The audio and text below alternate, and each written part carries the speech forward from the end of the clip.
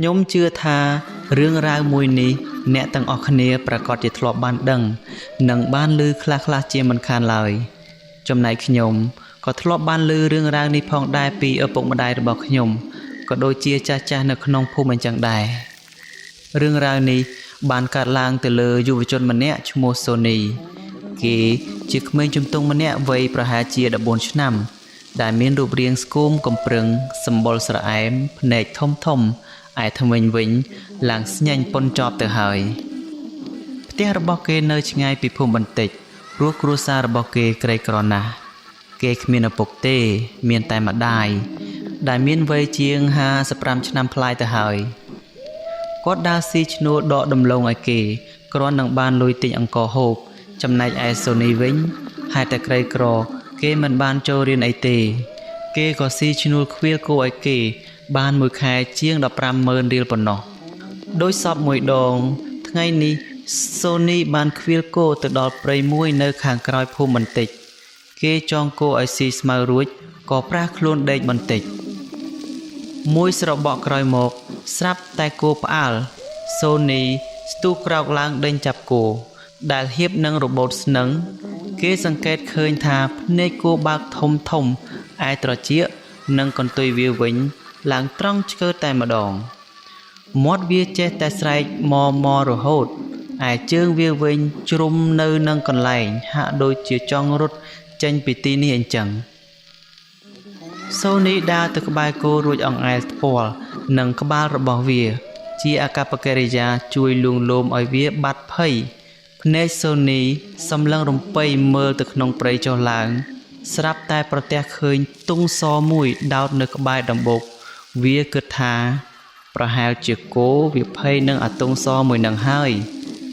ថាហើយសូនីក៏ដំស្នឹងគោបន្ថែមដើម្បីកុំឲ្យរបូតរួចក៏ដើរសំដៅទៅកន្លែងគេដោតទង់នោះពេលទៅដល់សូនីភ្ញាក់ព្រឺតព្រោះទើបដឹងថាដីនោះមិនមែនជាដំបូកឯណាវាជាភ្នូខ្មោចទេតើវាចាំម្ដាយរបស់វាប្រាប់ថាបើកូនឯងដើរទៅក្នុងព្រៃប្រទះឃើញភ្នូខ្មោចនោះចូលកូនលើកដៃសំពះរួចសុំខមាទោសពីគេថាសូមអស់អ្នកដែលនៅក្នុងព្រៃនេះសូមមេត្តាកុំប្រកាន់នឹងកូនសត្វនេះអីត្បិតខ្ញុំមិនបានដឹងទេថាអ្នកស្នាក់នៅទីនេះក៏គ្មានបំណងដើម្បីមករំខានអ្នកដែលខ្ញុំមកទីនេះគ្រាន់តែខ្វៀលគោប៉ុណ្ណោះសូមលោកកុំប្រកាន់ទោសបីអីសូនីក៏និយាយតាមម្ដាយវាប្រាប់ពេលនិយាយបណ្ដើវាមានអារម្មណ៍ថាព្រឺសម្បុរខ្ញាក់បណ្ដើសក់ក្បាលវិញឡើងចង់ប៉ុនចង្អេរទៅហើយដោយភ័យពេកសូនីក៏រត់ចោលគោរត់មករកម្ដាយនៅឯផ្ទះម្ដាយឃើញសូនីរត់មកត្រហេបត្រហប់បែបនេះក៏សួរថានេះកូនមានរឿងអីហ្នឹងបានជារត់ទាំងត្រហេបត្រហប់បែបនេះហើយចុះឯណាគោបាទម៉ែគោនៅស៊ីស្មៅក្នុងព្រៃឯណោះដំបងខ្ញុំឃើញគោវាផ្អើលខ្ញុំដើរទៅមើលស្រាប់តែឃើញទង់ខ្មោចនៅមុខភ្នោខ្ញុំភ័យពេកហើយណាមួយនៅម្នាក់ឯងផងខ្ញុំបះរោមខ្ញាក់ទំនងបែបមិនស្រួលទើបខ្ញុំរត់មករកម៉ែឲ្យជូនទៅយកគោមិនអីទេចាំមកផ្លែតម៉ែរៀបចំរបស់របរទុកសិនព្រោះថ្ងៃល្ងាចណាស់ហើយក្រោយពីរៀបចំរបស់របររួចម្ដាយសូនីក៏ជូនកូនទៅយកគោត្រឡប់មកផ្ទះវិញយប់ឡើងស្រាប់តែសូនីចាប់ក្តៅខ្លួនប្រហែលជាគ្រុនហើយមើលទៅម្ដាយរបស់គេបានកុកខ្យល់ឲ្យរួចឲ្យហូបបបរសហើយឲ្យសូនីសម្រាកទៅនៅយប់នេះមេឃហាក់ដូចជាធ្លាក់ខ្យល់ខុសធម្មតាជញ្ជាំងនឹងដំបូលផ្ទះរបស់សូនីប្រក់ដោយស្លឹកខ្ចេងត្រូវខ្យល់ត្រជាក់នោះបរិយាកាសនៅក្នុងផ្ទះកាន់តែត្រជាក់ខ្លាំងឡើងពេលខ្យល់បក់មកប៉ះស្លឹកខ្ចេងម្ដងលាន់សូរព្រឹសពេលវេលានោះអាគីដែលកំពុងតែដេកនៅក្រោមផ្ទះនោះបានព្រុសហើយលូយ៉ាងខ្លាំងសំឡេងរបស់អាគីធ្វើឲ្យសូនីភ្ញាក់ពីដំណេកតែហេតុតែគេទើបតែចាប់គ្រុនក៏មានអារម្មណ៍ថាងងុយណាស់រោគបើកភ្នែកសឹងតែមិនរួចទេគេត្រជាក់ខ្លាំងណាស់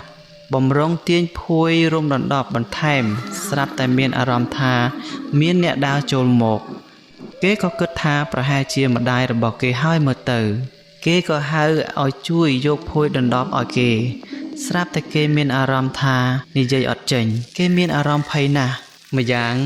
លើខ្លួនរបស់គេហាក់ដូចជាមានរបស់អ្វីម្យ៉ាងដ៏ធ្ងន់មកសង្កត់ធ្វើឲ្យគេថប់ដង្ហើមខ្លាំងណាស់គេប្រឹងរើតែរើមិនរួចគេកាន់តែប្រឹងនោះគេកាន់តែអស់កម្លាំងគេភ័យណាស់ខំប្រឹងបើកភ្នែកតែពេលបើកមកឃើញងងឹតឈឹងរកមើលអ្វីមិនឃើញទេមួយសន្ទុះក្រោយមកស្រាប់តែមានអ្វីម្យ៉ាងក្រហមព្រឿងមួយគូប្រៀបដូចជាភ្នែកអញ្ចឹងកំពុងសម្លឹងមករកគេ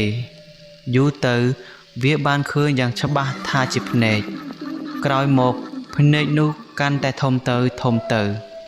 វាភ័យខ្លាំងណាស់ឡើងបែកញើសពេញខ្លួនខំរើបំរាស់ទាំងអស់កម្លាំងរបស់វា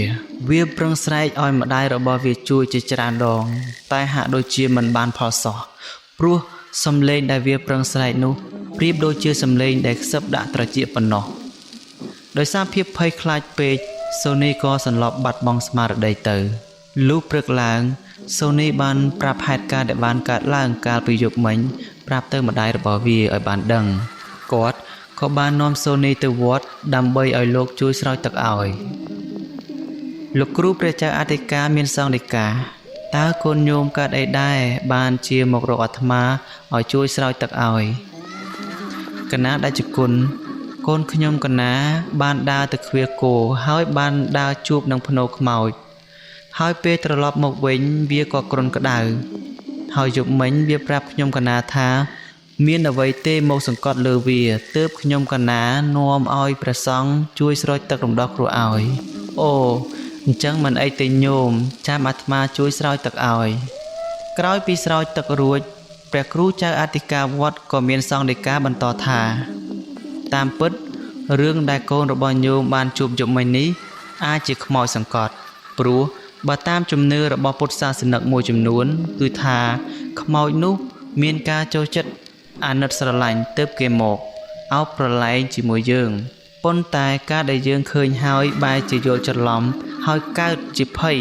នោះកម្លាំងយើងនឹងថមថយទោះជាប្រឹងរើយ៉ាងណាក៏មិនអាចឈ្នះបានដែរអញ្ចឹងកូនញោមបើថ្ងៃក្រោយមានរឿងបែបនេះទៀតកុំភ័យតក់ស្លុតឲ្យសោះត្រូវរំលឹកនៅគុណទាំង3គឺគុណព្រះពុទ្ធព្រះធម៌ព្រះសង្ឃហើយសូត្រធម៌មេរងាប់អារម្មណ៍ទៅហើយព្យាយាមកម្រើកតិចកាលណាតែកម្រើកបានហើយនោះ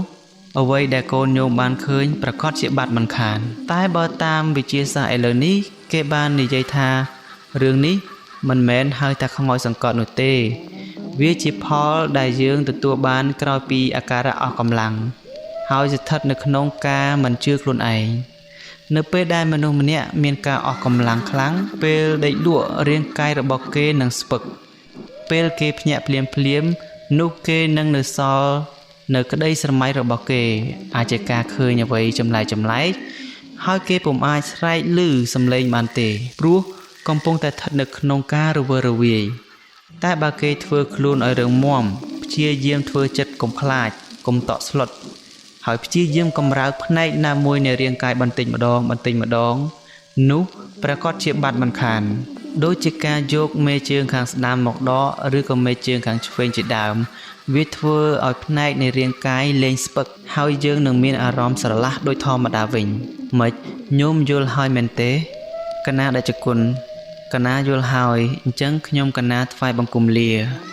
ចម្រើនពរញោមនេះក៏ជារឿងពិតមួយដែលយើងទាំងអស់គ្នាជាពិសេសសម្រាប់ខ្ញុំដែលខ្ញុំតែងតែមិនចង់ជឿថាវាអាចកើតឡើងបានដោយគ្រាន់តែយើងដេកឲ្យចំពីក្រោមធ្នឹមផ្ទះនោះនឹងបានឃើញអ្វីចម្លែកមិនខានរឿងនេះបានកើតឡើងចំពោះខ្ញុំផ្ទាល់ប្រហែលជាជាងកន្លះឆ្នាំមុននេះ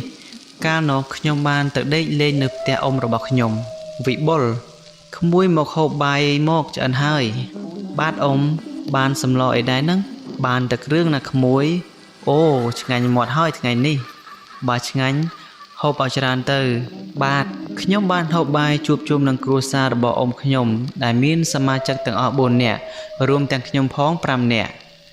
ហូបបាយរួចខ្ញុំបានអង្គុយជជែកលេងជាមួយគាត់ពីនេះពីនោះមួយស្របក់ក៏រៀងងងុយដេកក៏សុំគាត់ដេកមុនបើក្មួយឯងងងុយដេកហើយឡើងទៅដេកនៅលើផ្ទះទៅអត់ទេអ៊ំខ្ញុំចង់ដេកនៅក្រោមវិញបានខ្យល់ត្រជាក់ស្រួលផងតាមចិត្តក្មួយចុះខ្ញុំក៏ទាញអន្រឹងយកមកចងក្រោមផ្ទះស្រាប់តែអ៊ំរបស់ខ្ញុំគាត់ប្រាប់ថាអ្មេចបានជាក្មួយឯងមកចងអន្រឹងដេកក្រោមធ្នឹមផ្ទះអញ្ចឹងវាមិនល្អទេចងកន្លែងផ្សេងទៅហេតុអីអ៊ំមានអីមែនចាស់គេហាមមិនឲ្យដេកក្រោមធ្នឹមទេក្រែងត្រូវខ្មោចសង្កត់វាមិនដែលអ៊ំផ្ទះយើងសោះនឹងបើមិនជឿអ៊ំទេសាកដេកមើលទៅក្មួយនឹងដឹងហើយខ្ញុំសើចហាក់ដូចជាមិនចាប់អារម្មណ៍នឹងពាក្យសម្ដីរបស់គាត់នោះទេខ្ញុំចាប់ផ្ដើមចងអន្រឹងដេកយប់យន្តកាន់តែស្ងប់ស្ងាត់ពេលនោះម៉ោងប្រហែលជា11យប់ខ្ញុំកំពុងតែដេករលាវស្រាប់តែមានអារម្មណ៍ថាមានរបស់អ្វីមួយយ៉ាងធំសម្បើមកំពុងតែអើតមកមើលខ្ញុំកំពុងតែគិតស្រាប់តែខ្ញុំបើកភ្នែកសន្សឹមឃើញមនុស្សមៀតធំដំបងខ្មៅស្កិលកម្ពស់ស្មើនឹងធ្នឹមផ្ទះតែអត់ឃើញក្បាលនោះទេដៃដូចជាមានកាន់ពូថៅកំពុងតែអោនមករកខ្ញុំឃើញដូចនេះខ្ញុំស្ទុះងើបពីអន្រឹងតែងើបមិនរួចដៃស្រវាទាញមុងតែទាញមិនចេញសោះខ្ញុំឆ្ងល់ណាស់ហេតុអីកំពុងស្ថិតក្នុងស្ថានភាពបែបនេះខ្ញុំបែរជាងើបមិនរួចហើយមុងខ្ញុំមិនក៏ធំម្លេះទាញមិនចេះបានសោះស្រមោលខ្មៅនោះបានអោនមកបន្តិចម្ដងរហូតមកដល់លើផ្ទៃមុខរបស់ខ្ញុំតែម្ដងខ្ញុំស្រឡាំកាំងដកដង្ហើមថប់សឹងមិនរួចមាត់ហាស្រែកតែស្រែកមិនចេញខ្ញុំចាប់ផ្ដើមឃើញវត្ថុមូលក្រហមផុសអណ្ដែតមកបន្តិចម្ដងធំសឹងប៉ុនបាល់ទៅហើយពេលនោះខ្ញុំអស់សង្ឃឹមនឹងរើបំរាស់ខ្ញុំក៏បិទភ្នែករំលឹកដល់គុណព្រះសម្មាសម្ពុទ្ធគុណឪពុកម្ដាយរួចសូត្រនមោ3ចប់ហើយខ្ញុំក៏តាំងអារម្មណ៍ស្រែកមួយទំហឹងដើម្បីឲ្យគេជួយទីបំផុតខ្ញុំក៏ធ្វើបានសម្រេចអ៊ំរបស់ខ្ញុំស្ទុះមកជួយទាញមុងរបស់ខ្ញុំចេញទើបស្រមោលនោះបាត់ចេញពីទីនោះភ្លាមខ្ញុំបានប្រាប់រឿងរ៉ាវទាំងអស់នេះឲ្យអ៊ំប្រុសខ្ញុំស្ដាប់គាត់បានប្រាប់ថាតាមពិតទៅស្រមោលខ្មៅដែលខ្ញុំបានឃើញអំបញ្ញមិញមិនមែនជាខ្មោចនោះទេគ្រាន់តែជាផ្នែកមួយរបស់ជំនាញផ្ទះប៉ុណ្ណោះជានិច្ចកាលនរណាក៏ដោយឲ្យតែដេកក្រោមធ្នឹមផ្ទះនឹងបានឃើញគ្រប់គ្នាចាប់តាំងពីពេលនោះមកខ្ញុំមិនដែលដេកឲ្យចំក្រោមធ្នឹមផ្ទះទៀតនោះទេហើយខ្ញុំក៏លែងបានឃើញស្រមោលខ្មៅនោះទៀតដែរកាលដែលខ្ញុំអង្គុយនិទានរឿងរ៉ាវទាំងអស់នេះគឺនៅពេលយប់ទំនេរពីធ្វើការតែខ្ញុំបះរោមព្រឺសម្បុរមិនចេះឈប់សោះខ្ញុំគិតថាប្រហែលជាមានវិញ្ញាណនៅក្បែរខ្លួនរបស់ខ្ញុំហើយ